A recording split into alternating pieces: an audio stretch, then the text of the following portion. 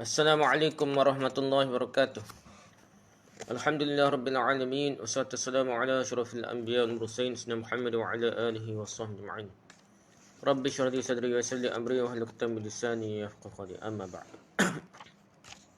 Kita sambung kitab kita ni Fadailus Sadaqat, kelebihan-kelebihan sedekah karangan Maulana Zakaria Ilyas ya. Mudir Mazahir Ulum Shahrampur India ya. Tadi Syekhul Hadis itulah. Kita sambung hari ni ialah bab kelebihan ingat mati lah.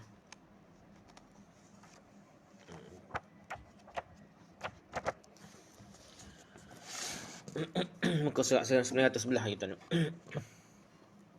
An Ibn Umar qala ataitu an-nabiy sallallahu alaihi wasallam 10 faqama rajulun min al-ansar faqala ya nabiy Allah man akyasun nasi wa ahzamun nas qala aktharuhum dhikru lil maut wa aktharuhum isti'dadan lil maut ulaika al-akyas dhahabu bi sharaf ad-dunya wa karamat al-akhirah. Rawi Ibn Abi Dunya wa Tabrani fi as-Saghir bi isnadin hasan ورواه ابن ماجه مختصرا بإسناد جيد كذا في الترغيب وذكر له الزبيدي طرقا عديدة. Hadis ni hadis ke-19 dah. Hadrat Ibn Umar radhiyallahu anhuma berkata, kami 10 orang termasuk diri saya sendiri telah menghadiri majlis baginda Rasulullah sallallahu alaihi wasallam. Salah seorang Ansar telah bertanya kepada baginda, siapakah orang yang paling bijak dan paling cermat di kalangan manusia? Baginda menjawab, orang yang paling mengerti maut dan orang yang berbuat persiapan yang paling baik untuk matinya. Mereka lah orang yang paling bijak pandai dan mereka lah menerima kedudukan yang paling unggul di dunia dan yang paling mulia di akhirat. Riwayat Ibn Abi Dunya, Tabrani, Ibn Majah, begitu dan Targhib. Jadi sini siapa paling bijak, paling cermat, iaitu orang yang ingat mati. Pertama yang ingat mati, yang keduanya buat persiapan yang paling baik untuk mati. Persiapan yang paling baik untuk mati. Itulah orang yang paling bijak pandai, paling cerdik. Dan mereka lah boleh kedudukan yang paling unggul di dunia dan paling mulia di akhirat. Bukan akhirat saja, dunia pun unggul dah. Keterangannya, dalam banyak lagi hadis-hadis baginda Rasulullah SAW telah menasihati dengan berbagai-bagai cara agar manusia mengerti akan maut, akan mati sebanyak-banyaknya dan sentiasa ingat akan kepastian maut. Beberapa riwayat daripadanya telah dibincangkan dalam keterangan hadis mengenai ringkasan cita-cita yang dikurangkan angan-angan. Dalam hadis itu terdapat juga perintah baginda Rasulullah SAW, ingatlah banyak-banyak akan mati yang menghancurkan segala kelazatan. Oleh kerana perkara ini sangat penting bagi diri baginda, maka kami merasakan adalah sangat wajar untuk diperbincangkan secara terperinci di sini. Bila seorang yang banyak ingatkan mati akan mendorongkan untuk kurangkan angan-angan. Ia juga menjadi asbab untuk buat persiapan yang baik untuk mati. Ingat mati juga menyebabkan manusia tidak cinta pada dunia. Ingat akan mati menghalang manusia dari menghimpunkan harta lalu meninggalkannya di dunia. Ia juga membantu untuk mengumpulkan simpanan bagi akhirat dan menggalakkannya untuk terus bertaubat dari dosa-dosanya. Bila seorang itu ingat akan mati, maka ia terhalang dari menzalimi orang lain dan melanggar hak-hak orang lain. Pendek kata, amalan ini mengandungi terlalu banyak faedah. Inilah sebabnya masyayikh mentalkinkan muraqabah maut kepada setengah-setengah anak murid mereka mengikut keadaan mereka masing-masing. Jadi talqin muraqabah maut, gana cara dia apa nak kita bicara. Dalam sebuah hadis telah diriwayatkan bahawa satu ketika salah seorang pemuda dalam majlis baginda Rasulullah SAW bangun lalu bertanya, ya Rasulullah, siapakah yang paling cerdik di kalangan orang-orang berilmu? Siapa yang paling cerdik, paling pandai dah? Bila sebelah A kau apa gitu dah lah ni. Baginda menjawab, siapa yang banyak ingat mati dan membuat sebaik-baik persiapan untuknya sebelum menemuinya. Sekali peristiwa isu rujuk Ittihaf Sadul Muttaqin syarah Yahya al-Madinah. Sekali peristiwa baginda Rasulullah SAW telah membaca ayat Quran berikut, faman yuridillahu ayyahdihu yashrah sadrahu lil Islam. Maka siapa yang Allah kehendaki untuk memberikan hidayah petunjuk kepadanya, nescaya ia melapangkan dadanya, membuka hatinya untuk menerima Islam. Surah An-An'am ayat 125. Kemudian baginda bersabda bahawa apabila cahaya Islam memasuki dadanya, maka dadanya menjadi luas baginya. Salah seorang telah bertanya, Rasulullah, apakah apa-apa tandanya? Yang ini tanda bahawa cahaya Islam sudah memasuki dadanya? Tanda macam mana dia tahu itu telah masuk cahaya Islam dalam dunia dia. Baginda menjawab, kebencian terhadap dunia yang merupakan tempat harapan yang palsu dan rasa tertarik ke arah tempat kediaman selama-lamanya, yakni akhirat, dan buat persiapan untuk mati sebelum mati. Ini kata masalah. Baginda Rasulullah SAW bersabda, aku telah memohon kebenaran untuk menziarahi kubur ibuku. Aku sudah menerima izin untuknya. Hendaklah kalian pergi ke tanah perkuburan sebab amalan ini memperingatkan mati. Dalam sebuah hadis lain telah dinyatakan bahawa dengannya, yakni menziarahi tanah perkuburan, akan mendatangkan pengajaran. Hadrat Abu Dzar radhiyallahu berkata bahawa baginda Rasulullah SAW telah bersabda kepada beliau, biasakanlah dirimu untuk menziarahi tanah perkuburan. Dengannya kamu akan dapat mengingati akhirat. Mandikanlah kepada mayat-mayat. Kena molek kita mandi mayat dah. Kerana itu adalah pengobatan bagi badan yang kosong dari kebajikan. Daripadanya akan diperolehi nasihat yang besar. Sertailah solat jenazah, mudah-mudahan kamu akan mendapat sedikit kegelisahan dan kesedihan kerana orang yang sedih, yang kebimbingan untuk akhirat adalah di bawah naungan Allah dan menjadi orang yang mencari setiap kebaikan. Targhib wa tarhib. Dalam sebuah hadis baginda Rasulullah SAW bersabda, ziarahlah orang-orang sakit dan ikutlah perarakan jenazah. Ianya memperingatkan akhirat. Salah seorang warak yang ahli hikmah sedang mengikuti perarakan satu jenazah. Orang ramai dalam perjalanan itu telah menzahirkan kesedihan mereka ke atas si mati. Beliau berkata, jika kalian menyesal rasa sedih atas diri sendiri, itu adalah lebih baik bagi kamu, sedih untuk diri kamu. Orang yang sudah pergi mati dan telah selamat dari 3 jenis musibah. Satu, ketakutan untuk melihat malakul maut sebab tidak sekali-kali akan melihatnya. Musibah yang kedua ialah sakaratul maut, kesakitan semasa mati. Dan yang ketiga, musibah kesedihan yang buruk. Fikirkan untuk diri kamu sendiri sebab ketiga-tiga musibah ini akan berada di hadapan kamu nanti. Jadi orang mati tu sudah lepas dah lah. Molek kata mana lain hal lah, 3 perkara tu lepas dah dia. Tapi orang hidup ni akan mati, akan menghadapi 3 perkara yang besar tu lah. Pertamanya, apa yang kata 3 musibah, apa, ketakutan tengok malaikat maut. Ketakutan tengok malaikat maut. Yang keduanya, sakaratul maut dah. Sakit masa mati. Yang ketiganya, musibah sudah buruk tu, boleh hadapi atau tidak. Jadi 3 perkara ni setiap orang akan hadapi lah. Akan hadapi setiap mana boleh mengatasinya ni. Satu ketika Hadrat Abu Darda radhiyallahu sedang mengikuti satu jenazah. Dalam perjalanan itu salah seorang bertanya, jenazah siapakah ini? Beliau terus menjawab, jenazah kamu. Jika kamu tidak suka, maka itu adalah jenazahku. Tengok orang lain mati, jangan anggap orang mati tu anggap kita kena bawa ke orang dah. Baru kita berasa ingat mati dah. Maksudnya ini adalah masanya untuk fikir mengenai kematian diri sendiri. Tidak patut sama sekali untuk bercakap yang sia-sia. Kadang tak payah fikir siapa yang mati. Fikir kita je mati, kena usul ke orang dah. Supaya kita boleh fikir, kalau aku mati ke mana dah. Ada malaikat makan akhir ke apa kau dah. Hadrat Hasan Basri rahmatullahi alaihi berkata, aku kagum dan sangat kagum melihat keadaan orang-orang yang sudah menerima perintah untuk siapkan bekalan perjalanan ke akhirat dan diumumkan bahawa tidak lama lagi akan bermula perjalanan itu. Tapi masih juga mereka sibuk main-main di dunia ni. Macam kita bicara sebenarnya, macam berhenti stesen kereta je kita atas dunia ni. Jadi berhenti semata tu janganlah sibuk-sibuk sampai kau terlepas kata api dah. Menurut beliau terdapat riwayat masyhur bahawa apabila beliau melihat jenazah maka air mukanya begitu berubah menjadi sedih. Seolah-olah beliau baru saja telah mengumbungi ke jenazah ibunya, mengumbungi ke jenazah seolah jenazah ibu dia dah. Padahal jenazah orang lain dah, tapi dia sedih sama. Hasan Basri gini. Rujuk Tanbihul Ghafilin. Hadrat Aisyah radhiyallahu anha berkata bahawa salah seorang perempuan yang beragama Yahudi telah pergi kepada beliau dan sebagai balasan untuk suatu ihsan telah berkata, mudah-mudahan Allah selamatkan anda dari azab kubur. Ya Aisyah gitu dah orang Yahudi. Beliau kemudian bertanya kepada baginda Rasulullah SAW, ya Rasulullah, apakah dalam kubur pun ada azab? Baginda menjawab, ya, tiada syak lagi. Di dalam kubur juga ada azab. Di kubur ada azab dah. Selepas peristiwa itu, pada hujung setiap salat, baginda selalu memohon perlindungan dari azab kubur untuk mengajar umatnya supaya mereka juga berbuat demikian. Dalam sebuah hadis telah diriwayatkan sabdaan Rasulullah SAW bahawa dalam kubur berlaku azab siksa yang begitu berat sehingga binatang yang berkaki 4 pun mendengarnya. Dalam sebuah lagi hadis telah dinukilkan sabdaan baginda Rasulullah SAW, aku khawatir nanti kerana takut kamu tidak akan menghubungikan mayat kamu. Jika tidak, maka aku akan berdoa kepada Allah Ta'ala agar kamu diperdengarkan suara azab kubur.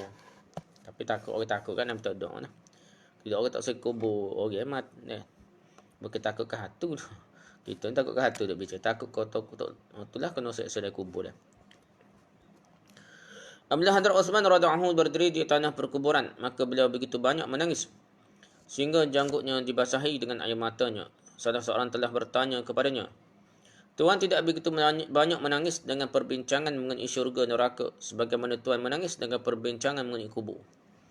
Beliau menjawab, aku pernah dengar dari baginda sallallahu alaihi wasallam bahawa kubur merupakan persinggahan yang paling awal dari persinggahan-persinggahan akhirat. Sesiapa yang terlepas dari persinggahan ini dengan mudah, maka semua persinggahan yang terkemudian akan menjadi mudah baginya. Siapa yang terperangkap dalam azab di persinggahan ini, kubur tu tak, maka baginya semua persinggahan yang terkemudian adalah lebih susah lagi. Aku pernah dengar baginda sallallahu alaihi wasallam bersabda, aku tidak pernah melihat satu pemandangan, yakni kesengsaraan yang pemandangannya lebih dahsyat berbanding dengan azab kubur.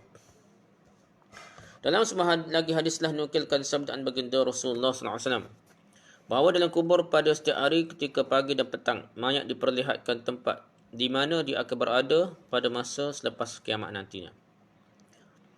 Pagi petang, dia tahu dah tempat duduk dia dah.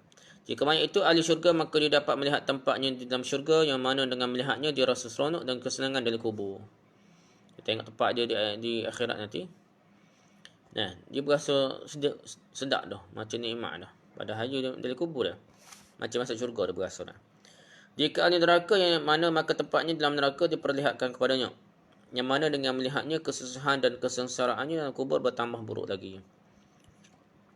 Dah kena godek kadang-kadang kita lepas tengok tempat yang dalam neraka nanti esok, waliyazubillah lah, kita minta jauh, dia akan berasa terseksa dah, sengsara dalam kubur macam masuk neraka berasa dah, padahal hadap lagi dah. Hadrat Aisyah radhiyallahu anha berkata, satu ketika salah seorang perempuan yang beragama Yahudi datang dekat pintuku lalu meminta, berikanlah kepada saya sesuatu yang untuk dimakan. Semoga Allah selamatkanlah kamu dari fitnah Dajjal dan azab kubur. Hadrat Aisyah radhiyallahu anha berkata, aku menyuruh dia untuk tunggu. Sementara itu baginda Rasulullah SAW datang dan aku memberitahu kepada baginda bahawa perempuan Yahudi ini telah berkata dua perkara tersebut. Maka baginda bersabda, fitnah Dajjal itu adalah begitu berbahaya sehingga tiada seorang pun dari kalangan Nabi-Nabi terdahulu tidak memberi amaran dan ancaman mengenainya. Tapi aku beritahu satu perkara mengenainya yang tidak pernah diberitahu oleh mana-mana Nabi terdahulu, iaitu dia Dajjal adalah buta sebelah matanya dan di atas dahinya tertulis kafir. Yang kesemua orang beriman dapat membacanya. Dan fitnah kubur adalah apabila seseorang hamba Allah yang soleh dikebumikan, maka malaikat memperdudukkannya di dalam kubur. Dia pun duduk dalam keadaan yang tiada ketakutan atau kebimbangan menguasainya. Kemudian dia mula-mula disoal mengenai Islam. Apakah pendapat kamu mengenai Islam? Selepas itu dia disoal lagi mengenai aku, yakni baginda lah, Nabi dia. Apakah pendapat kamu mengenai orang ini? Maka dia menjawab, inilah Muhammad SAW telah mendatangi kami dari pihak Allah Ta'ala dengan petunjuk yang terang benderang. Dan aku telah beriman dengan segala yang dibawanya sebagai benar. Selepas itu dia akan diperlihatkan tempat di dalam neraka, di mana dia akan melihat penghuni-penghuninya berhimpit-himpitan antara satu sama lain, seolah-olah sedang berperang. Kemudian mereka akan memberitahu kepadanya, lihatlah tempat ini. Allah Ta'ala telah menyelamatkan kamu di tempat yang dahsyat ini. Kemudian dia perlihatkan satu tempat di syurga, di mana dia akan melihatnya akan nikmat-nikmat syurga. Kemudian dia akan diberitahu, inilah tempat kediaman kamu. Dan selepas kiamat nanti, kamu akan dibawa ke sana, ke syurga lah. Sebab semasa dunia kamu telah yakin tentang akhirat, dan kamu telah mati dalam keadaan sedemikian. Dalam keadaan sedemikianlah kamu akan dibangkitkan pada hari kiamat. Apabila seorang jahat mati, maka dia pun diperdudukkan oleh malaikat dalam kubur, dalam keadaan yang penuh ketakutan serta kebimbangan. Dia pun duduk serta disoal dengan soalan yang sama seperti tersebut di atas. Maka dia akan menjawab, saya tidak tahu apa-apa kecuali apa yang telah saya dengar dari manusia. Tak boleh jawab dah. Ya gitu je nak. Dia mula-mula diperlihatkan syurga dan nikmat-nikmatnya, lalu dia beritahu, inilah tempatmu yang asal, tetapi kamu telah dihalau dari sini, dari situ dah. Syurga dah. Dihalau dari syurga. Kemudian dia akan diperlihatkan neraka, di mana dia melihat keadaan yang penuh sengsara, lalu diberitahu, inilah tempat kediamanmu. Semasa dunia kamu telah menaruh syak, ragu-ragu tak? Mati dalam keadaan sedemikian. Tak akan dibangkitkan juga dalam keadaan demikian. Dalam keadaan ragu-ragu tak boleh masuk syurga dah. Munafik dah.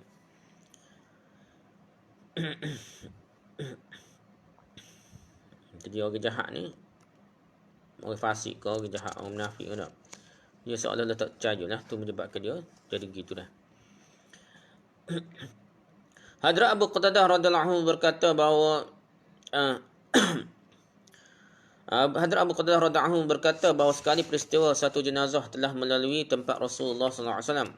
Lihatnya sabda baginda sallallahu alaihi wasallam, orang ini sudah terlepas ataupun pelepasan didapati darinya. Kemudian baginda bersabda, hamba Allah yang beriman apabila mati berarti ia terlepas dari kesusahan dan penderitaan dunia dan memasuki kelindungan rahmat Allah Ta'ala. Inilah maksud sudah terlepas. Nabi kata dah. Tak bila orang fasik dan jahat mati, maka semua manusia, binatang-binatang, pokok-pokok dan segala-galanya dapat terlepas dari kedurjanaannya dan segala keburukannya. Disebabkan kesan buruk dari dosa-dosa yang dilakukannya, maka turunlah malapetaka di dunia. Hujan berhenti dan fasad timbul di bandar-bandar. Pokok-pokok pun kering. Susah hendak mendapatkan makanan bagi binatang-binatang. Oleh demikian apabila ia mati, maka semua terlepas dari kesan keburukannya itu. Hadrat Ibn Umar radhiyallahu anhu berkata, satu ketika baginda Rasulullah SAW telah memegang bahu saya. Lalu bersabda, hiduplah dunia ini seperti seorang yang tidak dikenali orang, ataupun seperti seorang yang mengembara dengan berjalan kaki.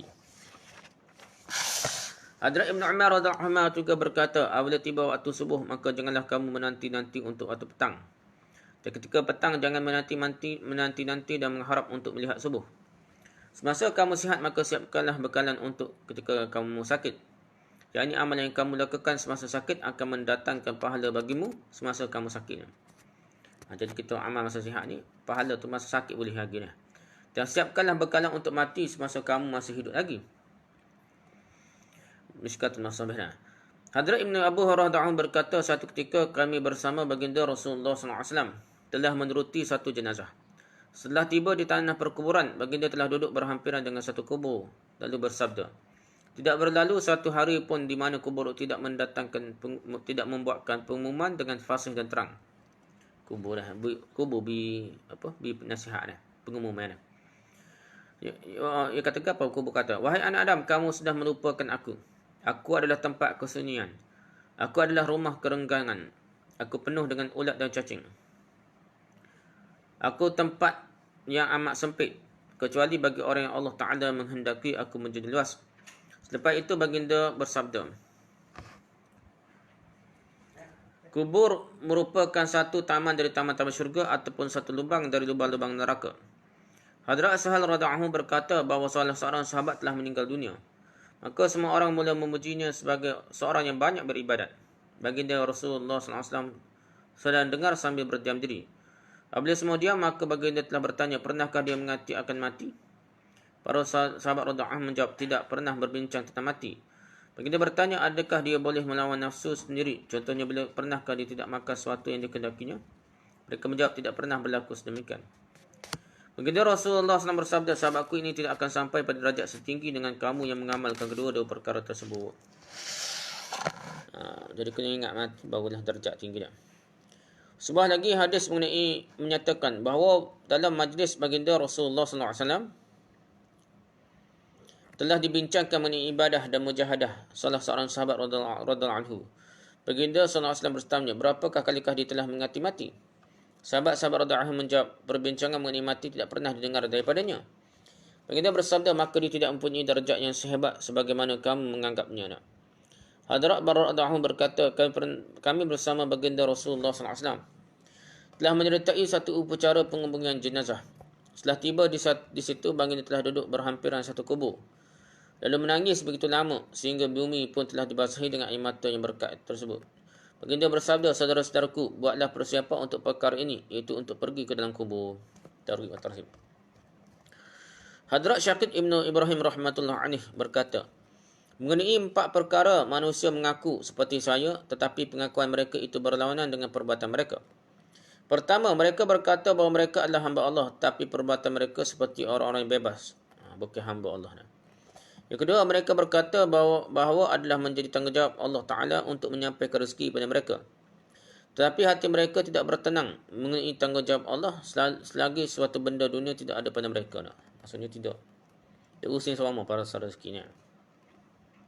Macam tak percaya ke tugas Allah lah, tanggungjawab Allah. Yang ketiga, mereka berkata bahawa akhirat lebih baik dari dunia. Tetapi mereka sentiasa sibuk dalam memikirkan mengumpulkan harta untuk dunia dan tiada fikir tentang akhirat. Yang keempat, mereka berkata bahawa mati adalah pasti dan tidak syak lagi. Mengenai kedatangan akhirat ni lah, kematian di akhirat. Tetapi amal mereka adalah seperti orang yang tidak sekali-kali akan mati. Macam tak mati tengok amal dia. Hadrat Abu Ahmad Lataf Afaf rahmatullah alaih berkata bahawa siapa yang banyak mengati-mati maka 3 jenis kemuliaan diberikan kepadanya. Pertama, taufik untuk cepat bertaubat. Jadi cepatnya nak taubat ni sebab ia memiliki mati. Yang kedua, sifat qanaah. Yang ini berpuas hati dengan mendapat yang sedikit dah. Pada rezeki hak mana ada rasa cukup banyak ni. Dari segi harta dah dan sebagainya rasa cukup dah. Yang ketiga dah, lebih ingat mati ni. Kemuliaan yang ketiganya ialah ketenangan dan kemanisan dalam ibadah. Jadi tenang dalam ibadah, jadi manis dalam ibadah sebab dia berasa nak mati dah. Siapa yang lalai dari mati ditimpa 3 jenis siksaan. 3 jenis siksaan sebab dia tak ingat mati dah. Pertama, bertaubat dari dosa ditangguh-tangguh. Ia tangguh taubat daripada dosa-dosa dah.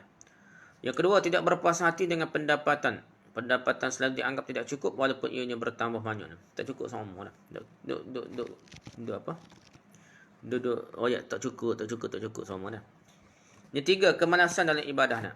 Jadi malah ibadah ni tanda-tanda orang lalai lah, siksaan ni. Satu siksaan yang hebat, malah dalam ibadah ni. Imam Ghazali rahmatullah alaih berkata, segala pujian hanyalah bagi Zat yang Maha Suci yang telah menghancurkan leher orang zalim dan perkasa dengan mati dan telah patahkan pinggang raja-raja yang agung dengan matinya. Hebat setengah mana raja pun mati juga dah. Kalau debes setengah mana pun mati juga dah. Dialah yang telah tamatkan cita-cita mereka yang telah mempunyai khazanah-khazanah yang besar dengan matinya. Mereka itu adalah orang yang bencikan perbincangan mati. Tetapi apabila tiba masa mati yang dijanjikan oleh Allah Ta'ala bagi mereka, maka mereka telah dihantarkan ke lubang kubur. Daripada malaikat-malaikat yang tinggi, mereka telah dihantar ke bawah bumi. Daripada tempat yang bercahaya apabila terik kepada tempat yang gelap gelita. Daripada keadaan dibantu oleh hamba-hamba wanita dan lelaki terus terperangkap dengan ulat-ulat dan cacing-cacing. Dari makan minum yang lazat sampai berbaring dalam debu-debu. Tidak ada lagi majlis kawan-kawan, tapi terperangkap dalam kesunyian yang menakutkan. Adakah mereka dapat elakkan mati dalam kubur yang kuat? Boleh elak mati nus dari kubur yang kuat. Ataupun apakah mereka dapat mengambil sesuatu asbab yang lain untuk daripada mati? Allah lah Zat yang Maha Suci yang tidak penyekutunya. Maha mengalahkan lagi Maha berkuasa dan Maha menguasai. Yang akan hidup kekal hanyalah Zatnya yang Maha Tunggal. Tiada siapa yang menyerupainya. Kita semua sedia maklum bahawa kematian adalah sesuatu yang tidak dapat dielakkan lagi. Setiap seorang mesti mati. Setiap seorang ditakdirkan kembali kepada tanah dan bersahabat dengan ulat-ulat dalam kubur. Meski menghadapi munkar dan nakir, 2 malaikat menjalankan pemeriksaan ke atas penghuni kubur tentang iman. Setiap orang mesti berada dalam kubur selama tempoh masa yang agak panjang. Lalu mesti melihat pemandangan yang dahsyat, lagi menakutkan pada hari pengadilan nanti. Selepas itu pun tidak diketahui alamat tetap sama ada dapat masuk syurga ataupun neraka. Oleh demikian teramatlah mustahak sekali kita senantiasa memikirkan mati.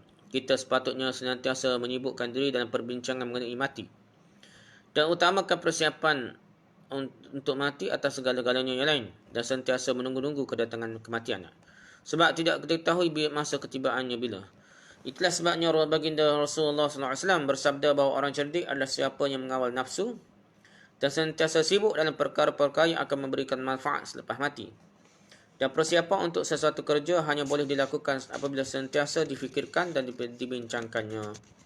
Sebab siapa yang hanya sentiasa sibuk dalam dunia dan terperangkap dalam penipuan dunia, tertawan dengan syahwat dunia, maka hatinya menjadi lalai dari mati. Sehinggalah perbincangan tentang mati juga dirasainya pahit dan tidak disenangi untuk dibincangkan, tidak disukainya untuk dibincangkan. Inilah hakikat yang Allah Ta'ala berfirman dalam ayat berikut. Qul innal mauta alladhi tafirruna minhu fa innahu mulaqikum thumma turadduna ila 'alimil ghaibi wasyahadah fa yunabbi'ukum bima kuntum ta'malun. Katakanlah wahai Nabi, sebenarnya maut yang kamu melarikan diri daripadanya itu, tetaplah ia akan menemui kamu juga. Kemudian kamu akan dikembalikan kepada yang maha mengetahui segala yang gaib dan yang nyata. Lalu ia memberitahu kepada kamu apa yang kamu telah lakukan serta membalasnya. Surah Al-Jumu'ah ayat ke-8. Ulama menulis bahawa dari sudut perangai berhubung dengan mati, manusia terbahagi dalam 4 golongan. 4 golongan manusia dah. Golongan pertama manusia ni mereka yang terlalu sibuk dengan dunia. Perbincangan mengenai mati pun mereka tidak suka kerana bimbang kelazatan dunia mereka hilang. Orang yang sedemikian tidak sekali-kali ingat akan mati. Jika terkadang-kadang ingat pun, maka mereka mengingatinya dengan keburukannya. Sebab mati itu akan menyebabkannya mereka kehilangan dunia dan kelazatan dunia. Perasaan itu menyebabkan mereka menyesal dan berduka cita. Yang kedua, orang yang hendak menuju kepada Allah tapi masih dalam keadaan permulaannya lagi dah. Dengan mendengar tentang mati, dia takut juga akan Allah Ta'ala dan bertaubat juga sungguh-sungguh. Orang sedemikian juga takut mati, tapi bukan kerana dengannya akan kehilangan dunia, tapi kerana taubatnya masih belum sempurna dah. Dia pun tidak sanggup mati buat masa ini sebab hendak islah dirinya terlebih dahulu dan senang dalam fikir rusing mengenai islah dirinya dah. Itu dah, untuk membaikkan sifat dirinya dah, akhlak dia dan amalan dia dah. Orang begini tidak boleh dipersalahkan kerana tidak suka pada mati sebab dia adalah terpaksa berbuat demikian. Dia tidak termasuk mereka yang tidak suka menemui Allah berdasarkan sabdaan baginda Rasulullah SAW. Bahawa siapa yang tidak suka menemui Allah, maka Allah juga tidak suka menemuinya. Bukan termasuk hadis ni dah, orang ni. Sebab dia bukan tidak suka menemui Allah tapi takut kerana kekurangan dan kelemahan dirinya sendiri. Umpama orang sedemikian adalah seperti orang yang hendak buat persiapan sebelum menemui kekasihnya agar kekasihnya gembira. Akan tetapi mustahak baginya untuk sentiasa sibuk dalam persiapan itu. Dia tidak sepatutnya terlibat dalam kesibukan yang selain daripada itu. Jika tidak demikian, maka dia juga serupa seperti golongan pertama tadi, dia juga tenggelam dalam dunia. Golongan yang ketiga pula dah, orang yang warak yang mengenali Tuhannya, taubatnya sudah menjadi sempurna dah. Mati adalah yang diminati mereka dan sentiasa bercita-cita untuk menemui Allah. Menemui mati dan menemui Allah lah. Sebab tiada ketika yang lebih baik bagi seorang yang mencintai daripada ketika menemui yang dicintainya. Maka waktu mati adalah waktu pertemuan. Pencinta yang hakiki tidak sekali-kali lalai dari pertemuan dengan yang dicintainya. Inilah orang yang bercita-cita agar kedatangan mati itu tercepat. Mereka sentiasa menunggu-nunggu mati seolah-olah tidak dapat bersabar lagi untuk mati. Sebab mereka hendak mati seolah-olah tidak. Sebab mereka hendak melepaskan diri dari dunia yang merupakan tempat maksiat. Satu riwayat menyatakan bahawa apabila Hadrat Huzaifah radhiyallahu anhu hampir-hampir meninggal dunia, beliau berkata, akhirnya kekasih. Jadi mati yang dinanti itu tiba pada ketika aku sangat berhajat kepadanya, kepada matinya. Siapa yang menyesal dia tidak berjaya. Ya Allah, Engkau lah yang maha mengetahui bahawa aku telah sentiasa lebih suka pada keadaan miskin daripada kaya. Aku telah lebih suka keadaan sakit dari sihat dan aku lebih suka mati dari hidup. Kurniakanlah aku dengan lekas memberi mati supaya aku dapat menemui Engkau, Ya Allah. Ini kata riwayat Huzaifah radhiyallahu anhu. Yang keempat merupakan derajat yang paling tinggi adalah mereka yang tiada apa-apa keinginan sama sekali melainkan keredaan Allah Ta'ala semata-mata. Ini paling tinggi. Ada lagi paling tinggi keempat dah. Mereka tiada cita-cita untuk mati maupun untuk hidup. Dalam keadaan cinta yang memuncak terhadap Allah Ta'ala, mereka telah sampai kepada derajat redha, penerimaan tanpa persoalan dan taslim, penyerahan dari diri yang sempurna. Jadi perbincangan serta peringatan mati mewajibkan balasan dan pahala dalam setiap keadaan. Ia akan menyebabkan kurangnya kelazatan syahwat bagi seorang yang segala perhatiannya walaupun tertumpu pada dunia. Penempuannya kepada dunia pasti makin berkurangan walaupun dengan kadar yang sedikit. Itulah sebabnya baginda Rasulullah SAW bersabda, ingatlah sebanyak-banyaknya akan perkara yang menghancurkan kelazatan syahwat, iaitu mati. Maksudnya, dengan mengingati mati, datanglah kekurangan dalam kelazatan bersyahwat yang sedang dinikmati olehmu agar kamu dapat peluang untuk kembali kepada Allah.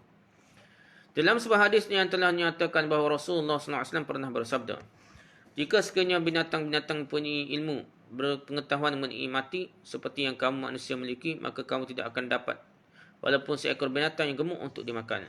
Yang ini semua akan menjadi kurus kerana takut akan mati dah. Hadrat Aisyah radhiyallahu anha pernah bertanya, ya Rasulullah, bolehkah siapa tergolong syahid tanpa ia mengorbankan nyawanya di jalan Allah? Baginda menjawab, ya, orang yang mengingati mati sebanyak 20 kali sehari semalam boleh dikira sebagai syahid. Tak tahulah hadis ni kuat setang mana untuk ajak dah. Dalam sebuah lagi hadis telah dinyatakan bahawa siapa yang membaca doa berikut sebanyak 25 kali sehari akan mendapat darjat syahid. Allahumma barik li fil mauti wa fi ma ba'dal mauti.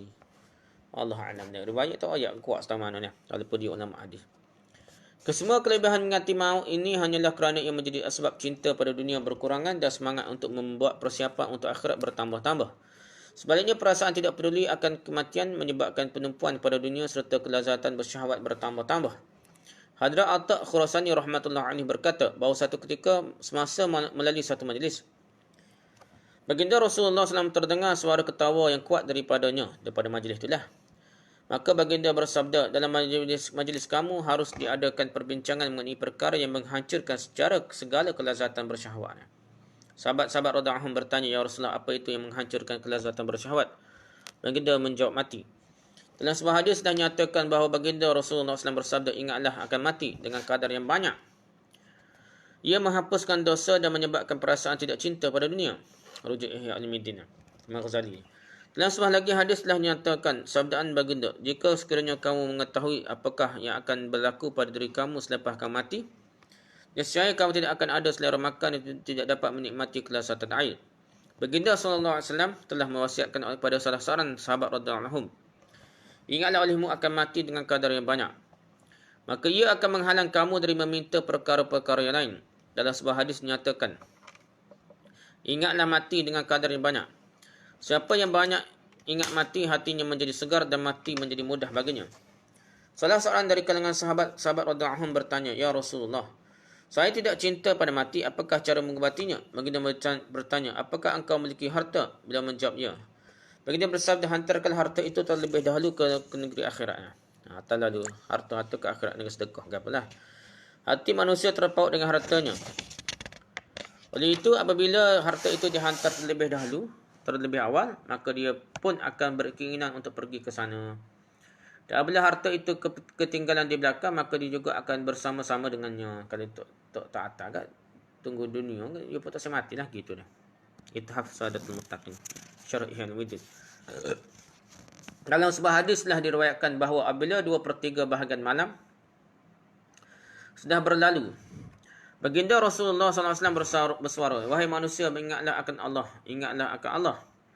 Tidak lama lagi akan bermula gementar kiamat. Tidak lama lagi akan ditiup sangkakala. Mati sedang marah kepada setiap orang seorang dengan segala kekerasannya.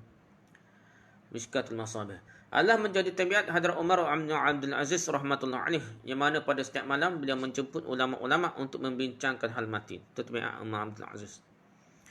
Kiamat dan akhirat. Bincang bab mati, kiamat dan akhirat ni panggil habis ulama bincang di istana dia dah. Ketika itu beliau begitu banyak menangis seolah-olah jenazah terletak di hadapan beliau. Hadrat Ibrahim Taimi rahmatullah alaih berkata, dua perkara telah menyekatkan segala jenis kelezatan dunia daripadaku. Pertama, mati. Dan yang kedua, fikir bagaimana menghadapi Allah pada hari kiamat. Dua perkara ni fikir, habis dah perkara lazat dunia. Hadrat Ka'ab radhiyallahu anhu berkata bahawa siapa yang telah mengenali mati, maka segala musibah dunia baginya akan menjadi mudah. Tak ada berasa payah, sedih dah sebab dia ingat mati. Hadrat Ash'as rahmatullah alaih berkata, bila sahaja kami telah pergi menghadiri majlis Hadrat Hasan Basri rahmatullah alaih, maka kami dapati beliau membincangkan mengenai jahannam dan akhirat. Salah seorang wanita telah mengadu kepada Ummul Mukminin Hadrat Aisyah radhiyallahu anha mengenai kekerasan hatinya sendiri. Hadrat Aisyah radhiyallahu anha menasihatinya, perbanyakkanlah perbincangan mengenai mati, maka hatimu akan menjadi lembut. Wanita tersebut telah mengamalkan nasihat menurut nasihatinya. Selepas beberapa hari, wanita tersebut datang sekali lagi menemui Hadrat Aisyah radhiyallahu anha. Lalu banyak berterima kasih kepadanya. Jadi hati kerah ni ubat dia ialah ingat matinya. Imam Ghazali rahmatullah alaih berkata bahawa masalah hati adalah sangat besar, tetapi manusia tidak begitu peduli hal itu. Biasanya kerana kesibukan dunia, seorang itu tidak dapat berbincang hal itu. Kalaulah perbincangan dibuat, tidaklah pula secara mendalam kerana hati sibuk dalam perkara yang lain juga. Pula perbincangan mati hanya setakat mulut dan telinga saja, maka perbincangan yang demikian itu tidaklah berkesan dan tidak mendatangkan faedah yang cukup. Hendaklah memikirkan hal itu dalam keadaan hati yang benar-benar lapang dan dengan sepenuh perhatian, seolah-olah mati itu sudah di hadapan mata. Caranya memikirkan hal saudara mara dan kawan-kawan rapat yang telah meninggal dunia. Bagaimana mereka telah dibawa ke tanah perkuburan lalu diletak di bawah tanah. Cuba bayangkan wajah-wajah mereka, rancangan-rancangan mereka yang besar, dan cuba bayangkan juga bagaimana tanah telah tukarkan rupa-rupa mereka yang cantik itu. Ketulan-ketulan badan mereka sudah menjadi berasingan. Bagaimana mereka telah yatimkan anak-anak, janda ke isteri-isteri, dan tinggalkan kawan-kawan dan terus pergi buat selama-lamanya daripada dunia ada. Barang-barang mereka, pakaian mereka, harta-harta mereka semua ditinggalkan. Beginilah akan berlaku pada diri saya pada satu ketika yang tidak diketahui nantinya. Bagaimana dahulu mereka berbual dengan suara yang kuat dan fasih dalam majlis-majlis, tetapi hari ini diam sahaja. Bagaimana dahulu menikmati kelazatan dunia, tapi hari ini sudah menjadi bahan tanah. Betapa dahulu mereka melupakan mati, tapi hari ini menjadi mangsa mati, kematian. Betapa mabuk dalam semangat dan tenaga umur muda. Tetapi kini tiada siapa yang bertanya mengenainya lagi. Bagaimana dahulu senantiasa sibuk dalam perancangan dan usaha atas dunia, tapi kini tangan berpisah. Kaki terpisah, ulat-ulat bergerak di atas lidah. Tubuh pun mungkin sudah dimakan ulat-ulat. Betapa seronok dan ketawa ketika dahulu, alangkah kini mungkin gigi pun sudah habis tercabut. Berbagai-bagai perancangan pernah dibuat, sehingga wawasan untuk bertahun-tahun bahal mati ketika itu berada hampir di kepalanya. Waktu mati sangat hampir, tetapi mereka tidak sedia maklum. Mereka merancang untuk membuat kenduri pada malamnya, tapi tidak tahu bahawa malam itu mereka tidak akan ada lagi. Keadaannya serupalah dengan diri saya sendiri. Hari ini saya membuat begitu banyak peraturan dunia, tapi tidak sedar apakah akan berlaku pada hari esoknya. Rujuk Ihya Ulumuddin. Tiada siapa yang mengetahui ketika bilakah ia akan mati. Dia kumpulkan harta untuk hidup 100 tahun, tetapi tidak tahu apakah akan berlaku pada masa, walaupun satu saat lepas ni pun tak tahu berlaku ke apa. Malaikat-malaikat di langit yang diberi berbagai-bagai tugas, menerima perintah Allah untuk urusan setahun pada satu malam. Mereka diberitahu bahawa dalam setahun kamu mesti menunaikan sekian kerja, sekian keputusan mengenai sekian orang dalam masa setahun diturunkan. Terdapat riwayat berlana mengenai hal itu, sama ada ia diturunkan pada malam Lailatul Qadar ataupun pada malam Lailatul Barat, iaitu 15 hari bulan Sya'ban dah. Nisfu Sya'ban lah nak. Masalah juga tak. Jadi kalau kira tak betul dah nisfu Sya'ban ni nak. Bagaimanapun mengikut banyak riwayat sepakat bahawa senarai kesemua orang yang akan mati pada tahun itu diberi kepada para malaikat. Di dunia seorang itu sedang sibuk dalam sukan dan lain hiburan dan tamasya, tapi di langit mungkin waran tangkap baginya sudah pun keluar. Keputusan dari mahkamah Allah Ta'ala yang maha tinggi itu apabila sudah diisytiharkan pada malam itu bahawa dalam masa setahun dia akan menemui mati, maka tiada siapa pun yang boleh membantunya untuk mendatangkan sedikit tolak ansur. Tiada rayuan dan dari keputusan tersebut dan tidak boleh dilewatkan masa matinya yang ditetapkan, walaupun untuk 1 minit pun tak boleh, 1 saat pun tak boleh, ikut timingnya betul. Hadrat Ibn Abbas radhiyallahu anhuma semasa menafsirkan surah Dukhan berkata bahawa pada malam Lailatul Qadar kesemua perkara yang akan berlaku pada tahun itu dicatatkan dari Lauhul Mahfuz, iaitu kitab tadi yang dijagalah. Kadar rezeki yang sekian-sekian akan turunkan, sifulan dan sifulan akan mati, sifulan dan sifulan akan lahir. Hujan sekadar yang sedemikian sekian-sekian akan diturunkan, sehinggalah diisytiharkan bahawa sifulan dan sifulan akan menunaikan haji pada tahun ini. Semua tulis. Dalam sebuah hadis, Hadrat Ibn Abbas radhiyallahu anhu berkata, kamu lihat salah seorang sedang berjalan-jalan dalam pasar, tetapi namanya sudah pun tercatat dalam senarai mereka yang mati pada tahun ini. Hadrat Abu Nadrah radhiyallahu anhu berkata bahawa pada satu malam itu semua tugas-tugas mereka untuk sepanjang tahun dibahagi-bahagikan. Semua kebaikan untuk sepanjang tahun, semua keburukan, rezeki, kematian, kesakitan, murah atau mahalnya harga barang diputus serta diisytiharkan pada malam ini. Tak adalah Allah kita kata tak. Hadrat Ikrimah radhiyallahu anhu berkata bahawa pada malam Lailatul Barat yang disebut Sya'ban, kesemua hukum-hukum untuk sepanjang tahun diputuskan dan diserah kepada malaikat, termasuklah senarai orang yang akan mati dan senarai orang yang akan pergi ke tanah suci untuk mengerjakan haji. Tidak boleh berlaku apa-apa kurangan atau kelebihan daripadanya di sepanjang tahun. Gitulah. Pihak kuatnya kita kata bukan nisfu Sya'ban itu tapi ia adalah bulan Ramadan. Lailatul Qadar. Sebuah hadis menyatakan sabdaan Rasulullah SAW bahawa senarai kesemua orang akan mati dalam tempoh masa antara 1 bulan Sya'ban ke bulan Sya'ban yang kemudian diberi kepada malaikat dengan mencatat waktu ajal mereka, sehingga orang yang sedang berkahwin dan ada yang mendapatkan anak, tapi di atas langit namanya sudah dicatat dalam senarai orang yang akan mati. Hadrat Aisyah radhiyallahu anha berkata bahawa baginda Rasulullah SAW Biasanya memperbanyakkan puasa di dalam bulan Syaban kerana di bulan inilah senarai ke semua orang yang akan mati pada sepanjang tahun disiapkan. Ini satu riwayat lah, tapi kita riwayat dah kena qada kuat lagi dah. Sehingga salah seorang sibuk dalam majlis perkahwinan padahal namanya sudah ditulis dalam senarai orang-orang akan mati. Ada orang pergi untuk menunaikan haji tapi namanya berada dalam senarai orang mati. Dalam sebuah hadis lagi telah diberitahu bahawa Hadrat Aisyah radhiyallahu anha telah bertanya kepada baginda sallallahu alaihi wasallam akan sebabnya baginda memperbanyakkan puasa pada bulan Syaban. Baginda menjawab, di bulan ini ditulis senarai ke semua orang yang akan mati. Sepanjang tahun aku berhasrat agar semua namaku dicatat dalam senarai itu. Aku sedang berpuasa. Dia kata begitulah. Tapi riwayat indok ni aku buat. Dalam sebuah hadis telah dinyatakan bahawa pada malam tengah bulan Syaban, nisfu Syaban, Allah SWT memberitahu pada malakul maut akan mereka yang mati sepanjang tahun. Baginda Rasulullah SAW bersabda bahawa pada setiap hari semasa terbit matahari terbit, matahari pun membuat pengumuman, buatlah amalan yang kamu hendak buat. Hari ini tidak akan datang lagi dalam kehidupan kamu. Oleh itu, biarlah hari ini tertulis kebajikan bagi kamu sebanyak mungkin. Dua malaikat dari langit membuat pengisytiharan pengumuman. Salah satu daripadanya berkata, wahai orang yang mencari kebajikan, terimalah berita gembira dan teruskanlah. Satu lagi malaikat berkata, wahai orang berdosa, berhentilah dan janganlah mencari asbab kebinasaan dirimu sendiri. Dua lagi malaikat membuat pengumuman. Salah satunya berkata, ya Allah, berilah balasan pada mereka yang membelanjakan hartanya, yang sedekah. Yang kedua pula berkata, ya Allah, binasakan harta orang-orang yang kedekut. Hadrat Atta Ibn Yasar rahmatullahi alaih berkata, apabila tiba malam nisfu Syaban, maka malakul maut diberi satu senarai dan diperintahkan supaya roh mereka yang namanya tercatat dalamnya dicabut dalam tahun itu juga mengikut jadual yang ditetapkan. Di sini di dunia, walaupun seorang sibuk dalam membuat perhiasan rumah sedangkan sibuk bernikah, membina rumah sedangkan di sana langit sudah termasuk dalam senarai orang mati. Terujuk Durul Mansur. Imam Ghazali rahmatullahi alaih berkata, jika seorang anak Adam yang lemah itu tidak mengalami apa-apa malapetaka, walaupun tidak tertimpa apa-apa musibah, tidak mengalami apa-apa kemalangan, kegelisahan, kesusahan dan tidak menahan apa-apa susah payah atau apa-apa ketakutan, namun kekerasan mati, keadaan nazak dan kebimbangannya adalah sudah cukup untuk menghancurkan segala kelazatannya. Mati adalah yang merosakkan segala kesenangan manusia. Fikir mengenai mati sahaja cukup untuk menghapuskan kelalaian. Secara tersendiri, mati adalah sesuatu yang terlampau dahsyat. Oleh yang demikian, setiap orang senantiasa patut sibuk dalam persiapan untuk matinya.